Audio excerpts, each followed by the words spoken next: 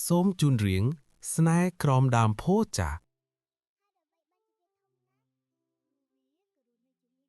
កាលពីព្រេងនាយមានភូមិដ៏ស្រស់ស្អាតមួយ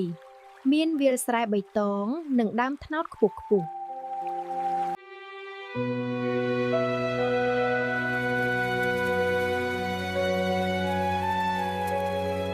រៀងរាល់ព្រឹកកុមារាឈ្មោះតារាតែងតែរត់យ៉ាងលឿនទៅកាន់ដើមពោធិ៍នោះយេដល់ម៉ោងលេងហើយមិត្តល្អរបស់គាត់ឈ្មោះបុប្ផាតែងតែអង្គុយរង់ចាំនៅទីនោះជានិច្ចសួស្ដីតារាឯងមកយឺតទៀតហើយពួកគេគឺជាមិត្តសម្លាញ់នឹងគ្នាតាំងពីពួកគេនៅតូចៗម្ល៉េះសុំទោសណាខ្ញុំរវល់តែជួយម៉ែធ្វើការថ្ងៃមួយលោកតាដែលជាចាស់ព្រឹទ្ធាចារ្យក្នុងភូមិបានដើរចូលមករកពួកគេចៅទាំងពីរសុខសប្បាយជាទេលោកតាបានសួរពួកគេនៅសំណួរដ៏ចម្លែកមួយតើចៅដឹងទេថាហេតុអ្វីបានជាដើមឈើនេះធំហើយរឹងមាំម្ល៉េះតារាបានឆ្លើយយ៉ាងលឿនដោយសារតែវាទទួលបានពន្លឺព្រះអាទិត្យច្រើនមែនទេលោកតាឬមួយក៏មកពីដីនៅទីនេះមានជីជាតិល្អ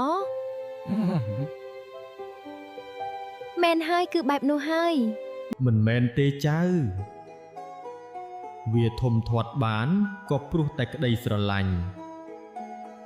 ក្មេងទាំងពីរនាក់បានមើលមុខគ្នាដោយភាពងឿងឆ្ងល់ក្តីស្រឡាញ់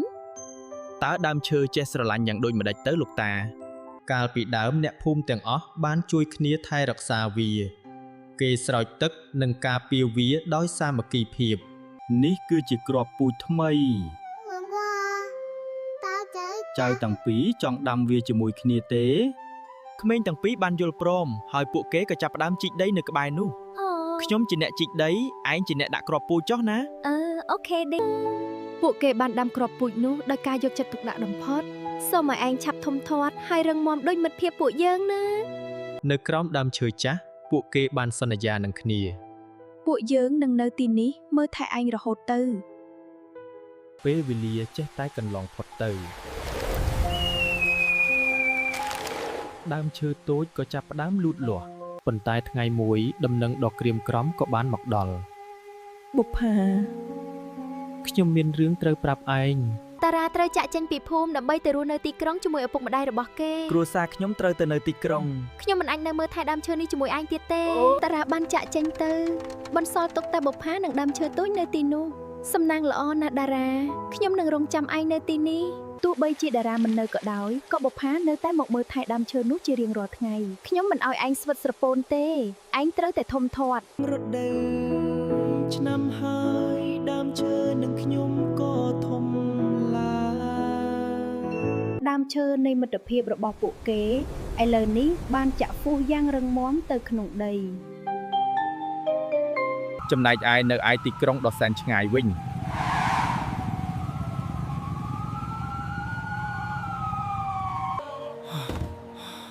ហត់ណាស់ពេលណាទើបបានសម្រាកទៅប៉ុន្តែរាល់យប់ពេលដែលគេមើលឃើញក្រមាចាស់មួយនេះបុប្ផាឯងសុខសប្បាយជាទេនៅឯស្រុកកំណើតបុប្ផាបានក្លាយជាអ្នកចែករំលែកក្តីស្រឡាញ់ដោយលោកតាធ្លាប់ធ្វើដែរហើយដើមឈើឡើងតាមឡើងមើលលោកតាកាន់តែចាស់ទៅហើយប៉ុន្តែស្នាមញញឹមរបស់គាត់នៅតែដដែលចៅធ្វើបានល្អណាស់តារាប្រកាសជានឹកភូមិយើងមិនខានសម្បត្តិសម្រាប់ក្មួយបុប្ផា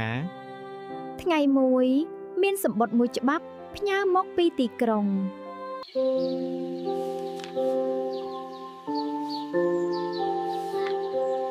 នេះជាសម្បត្តិរបស់តារានៅក្នុងសម្បត្តិតារាបានប្រាប់អំពីការលំបាករបស់គេនៅទីក្រុងបុប្ផាទីក្រុងនេះស្ទើរមិននឿបណាស់តែវាគ្មានភាពកក់ក្ដៅដូចប៉ុន្មានថ្ងៃក្រោយមកមានរថយន្តទំនើបដ៏ចម្លែកមួយបានបើកចូលមកក្នុងភូមិដ៏ស្ងប់ស្ងាត់បរិះប្លែកពីទីក្រុងបានមកជួបមេភូមិពួកគេមើលទៅមិនរាក់ទាន់ទេ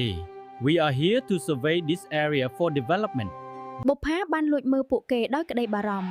ពួកគេកំពុងវាស់វែងដីនៅជុំវិញដើមឈើទាំងពីរតើពួកគេកំពុងធ្វើអ្វីនឹងល្ងាចនោះមេភូមិបានកោះហៅអ្នកភូមិទាំងអស់មកប្រជុំជាបន្ទាន់បងប្អូនទាំងអស់គ្នាគេចង់ទិញដីភូមិយើងដើម្បីសង់រោងចក្រហើយដើម្បីសង់រោងចក្រនោះពួកគេត្រូវកាប់ដើមឈើធំចោលទាំងអស់ដើមឈើចាស់ទាំងនេះត្រូវតែកាប់ចេញដើម្បីបើកផ្លូវដល់សេចក្តីក្លាហានបុប្ផាបានឈានជើងចេញមកមុខ ទេពួកលោកមិនអាចកាប់វាបានទេដើមឈើនេះគឺជាព្រលឹងរបស់ភូមិយើង ប៉ុន្តែបរិះនោះគ្រាន់តែសើចចំអឲ្យនាងប៉ុណ្ណោះ ក្មេងស្រី នេះជាការអភិវឌ្ឍដើមឈើគ្មានប្រយោជន៍ទៀតទេ យប់នោះបុប្ផាបានតែយំនៅក្រោមដើមឈើរបស់ពួកគេនាងមានអារម្មណ៍ងងឹតថាឯកានឹងនៅនាងបានដឹងថានាងត្រូវការជំនួយនាងត្រូវតែប្រាប់ដំណឹងនេះទៅតារាជាបន្ទាន់តារាឆាប់មកវិញភ្លាមដើមឈើរបស់យើងកំពុងមានគ្រោះថ្នាក់ហើយ នៅឯទីក្រុងតារាបានទទួលដំណឹងនេះដៃរបស់គេញ័រនៅពេលដែលគេអានសម្បត្តិមិនអាចទេពួកគេមិនអាចធ្វើបែបនេះបានទេគេបាននឹកឃើញដល់ពាក្យសន្យាការពីកុមារភាពគេដឹងថាគេត្រូវតែជ្រើសរើសខ្ញុំត្រូវតែត្រឡប់ទៅវិញខ្ញុំបានសន្យាហើយតារាបានធ្វើដំណើរយ៉ាងប្រញាប់ប្រញាល់ត្រឡប់ទៅកាន់ស្រុកកំណើតវិញ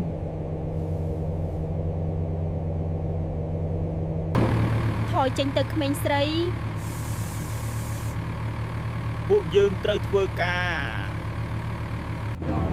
បើចង់កាប់ដើមឈើនេះតតែកិនខ្ញុំសិនបុប្ផានៅតែមិនព្រមថយនាងសុកចិត្តឈរការពារដើមឈើដោយយកជីវិតជាដើមទុន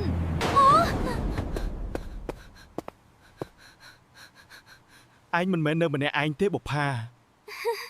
តារាបានមកដល់ហើយពួកគេបានកាន់ដៃគ្នាដោយការពីពួកគេនៅទូចៗ តារាឯងពិតជាមកមែន ខ្ញុំមិនដែលភ្លេចពាក្យសន្យាទេ ហាពួកអ្នកជំនួយមិនខ្វល់ទេ ពួកគេបញ្ជាឲ្យគ្រឿងចាក់បន្តដំណើរទៅមុខទៀតកុំខ្វល់នឹងពួកគេទៅមុខទៅ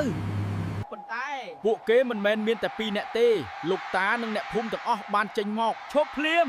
នេះគឺជាដីដូនតារបស់យើងអ្នកភូមិទាំងអស់បានរួមគ្នាបង្កើតជាកំពែងមនុស្សកម្លាំងនៃសាមគ្គីភាពគឺខ្លាំងជាងគ្រឿងចាក់ទៅទៀតការពារដើមឈើការពារភូមិយើងត្រឡប់ទៅវិញ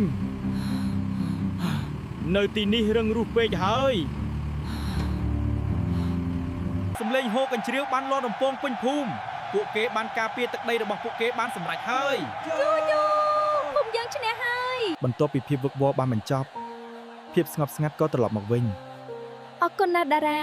បើគ្មានឯងខ្ញុំមិនដឹងធ្វើយ៉ាងណាទេ តារាបានដកដង្ហើមយ៉ាងវែងគេបានរកឃើញអ្វីដែលបេះដូងគេត្រូវការហើយខ្ញុំមិននឹកទីក្រុងទៀតទេទីនេះគឺជាផ្ទះរបស់ខ្ញុំតារាបានសម្រេចចិត្តថាគេនឹងមិនត្រឡប់ទៅទីក្រុងវិញទេ លោកតា ខ្ញុំសូមនៅទីនេះជួយអភិវឌ្ឍភូមិយើងតាមបែបធម្មជាតិវិញ ចាប់តាំងពីថ្ងៃនោះមកភូមិទាំងមូលកាន់តែរីកចម្រើននិងស្រស់បំព្រងដើមឈើនៃក្តីស្រឡាញ់មិនត្រឹមតែរស់រានទេថែមទាំងបានបន្តពូជពង្សពេញភូមិ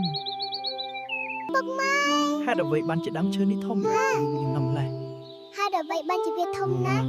ព្រោះវាក៏រស់នៅជាមួយគេ គឺដោយសារក្តីស្រឡាញ់និងការថែរក្សា គឺដោយសារក្តីស្រឡាញ់និងការថែរក្សា សូមអរគុណ